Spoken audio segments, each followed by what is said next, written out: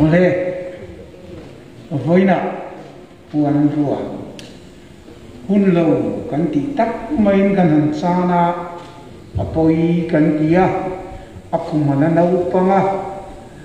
ama vei seina thui tak kan le lain yang hi kan lo cheng ta chu wangin poi kan ti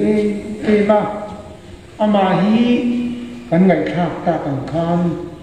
endele ako anau pangpo takania tin ale khazir na riko te inin tin kong chi rang ranga le ka thiam thei be si om tak ania ti chuan hau sa ko chung chu ron chom lu tin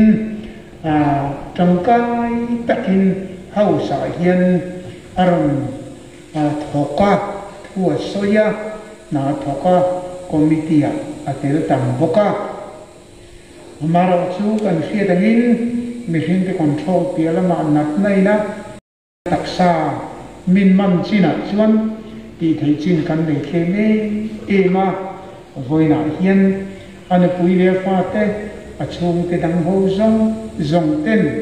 thian te ne thei to pa trong trai sakna adong chuin kan pathianin akalahun atian yang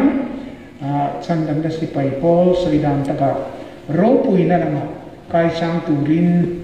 atharau nuna po mani mu chuat na le lim le lom taka pathian to tura kalta hi kong le lama chuan mi hing te thi tur vek kan nia alon puyom ni na kong te po aum thawang chu amai ro chokal santa eini athian te legislature mi te tin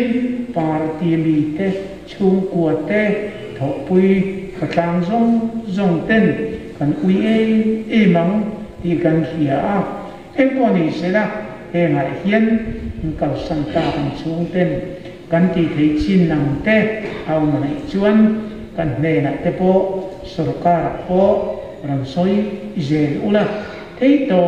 kan lo chua don nia em poni se voina hian hun lo tak kan tiam min kal santa puan rua hi kan maya poi kan tia chu wangin kan su ne emani ti kha kan soi ve do ni